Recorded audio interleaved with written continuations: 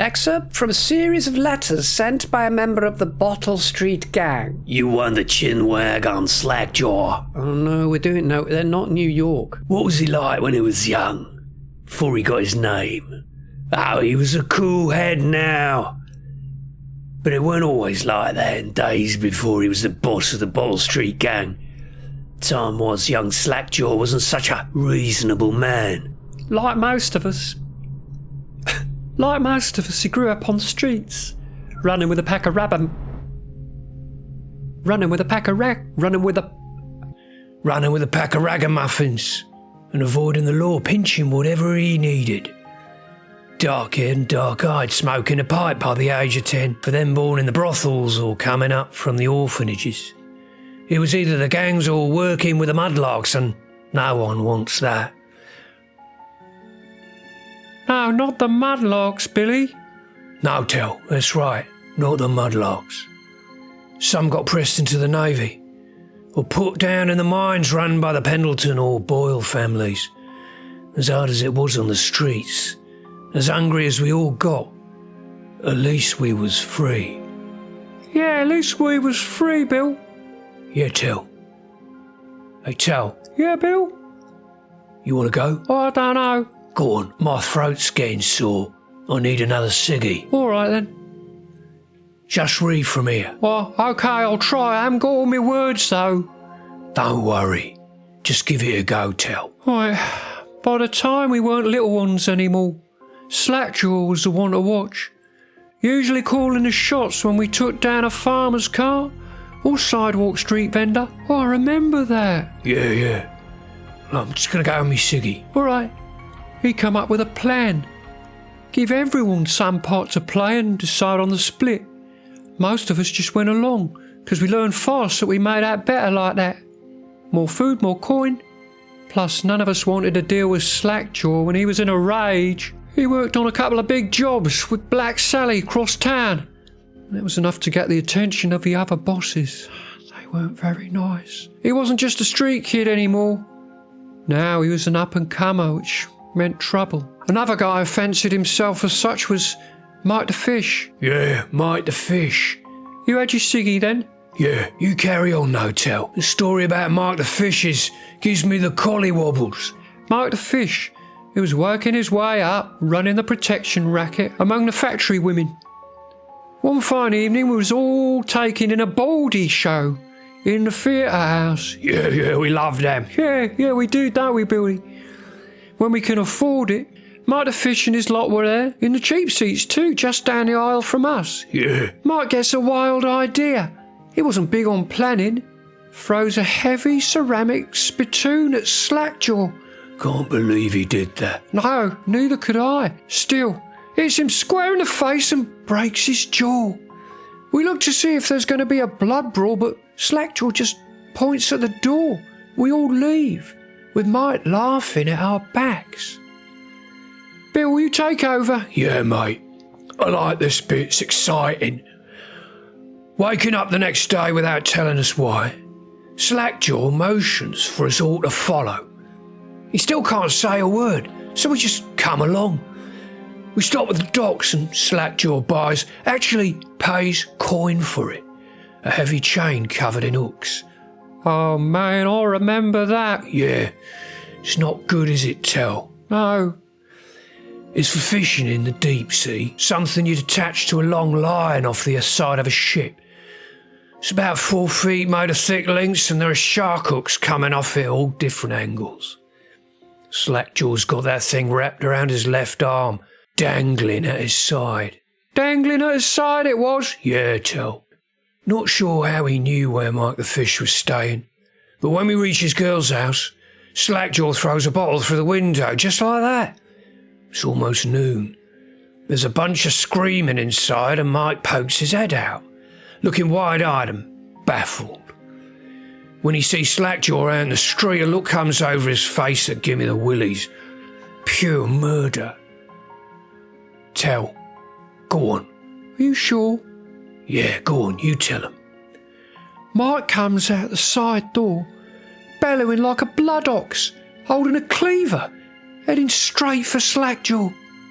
When they come together in the street, Slackjaw spins and the shark hooks bite deep into Mike's arm and shoulder. He screams, but Slackjaw holds onto the chain. He's standing there with his jaw broken, clenched tight, with the chain wrapped around his left arm. Hook sunk into Mike the fish, just knifing him as fast as he can. Oh, Bill, I can't. All right, Tell, all right. I'll carry on. Thanks, mate. Mike couldn't fight very well. Hook like that and using his left hand, but he was a big guy, and it took a lot of stabbing before he went to his knees. Everyone was cheering at first, but then we all went quiet. It just kept going and going, until finally it was just Mike the fish blubbering and crying like a baby, and the sound of Slackjaw's knife. Tell, can you face it? I don't like to remember this. All right, Bill. All right, mate. When it was over, and here's the brilliant part, Slackjaw took out a note and stuck to Mike's face with a nail. It just said, if you want a job, come to Bottle Street. Slackjaw didn't talk right for a couple of months, but the word spread fast. By the end of the year, once we had a sizable gang going, he sent letters to the other bosses, telling them that he was running a brand new crew over on Bottle Street. Most of them laughed or beat up the guys who delivered the letters.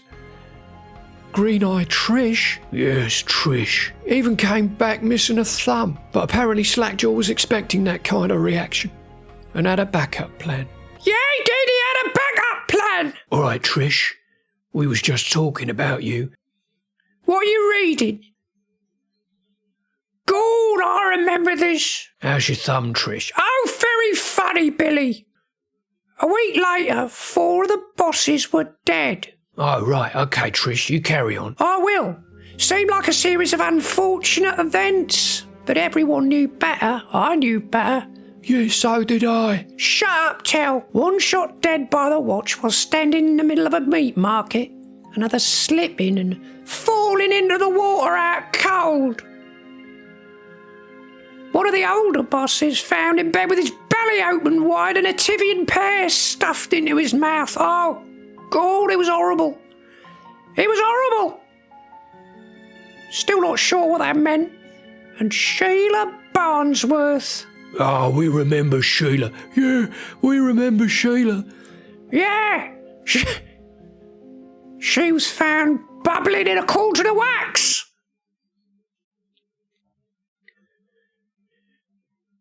Billy, you want to carry on? My thumb's aching. All right, Trish, I will. Slackjaw sent out another set of letters, offers to the underbosses, telling them they'd be treated fair as peers. Even sent Green-eyed Trish with one of those letters. You remember that, Trish? Oh, I remember that all right, Billy. All of the underbosses accepted. After spilling the guts of his main competition, Slackjaw went in for stabilising his business. Real neat-like. Calling in favours.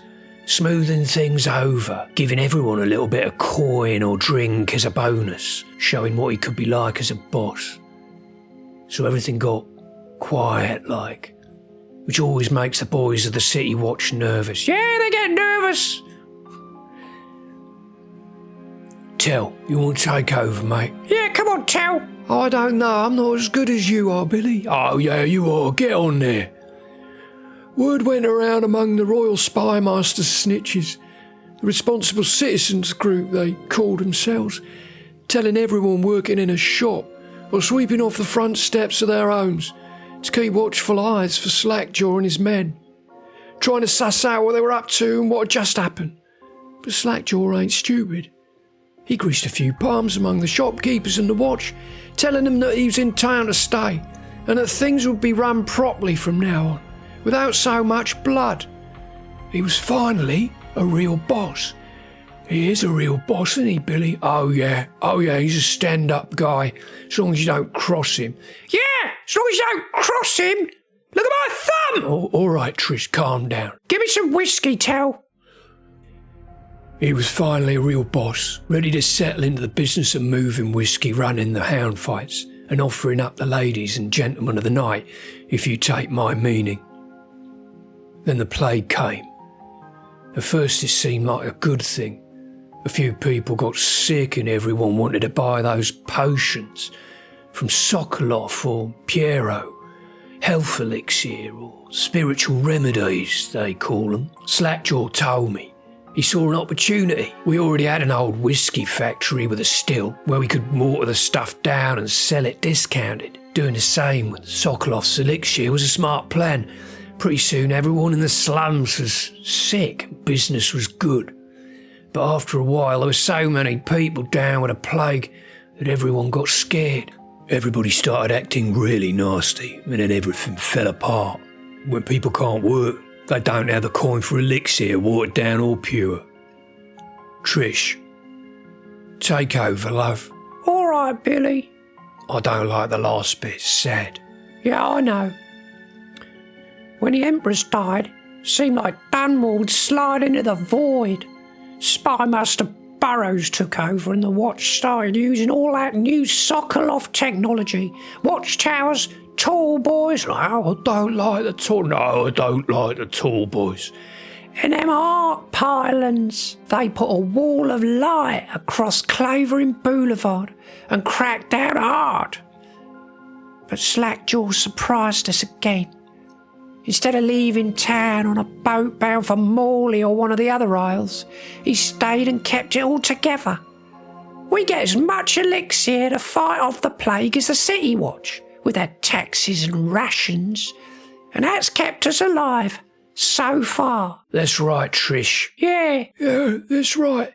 We're still going, aren't we? Yeah, we are, Tel. We are.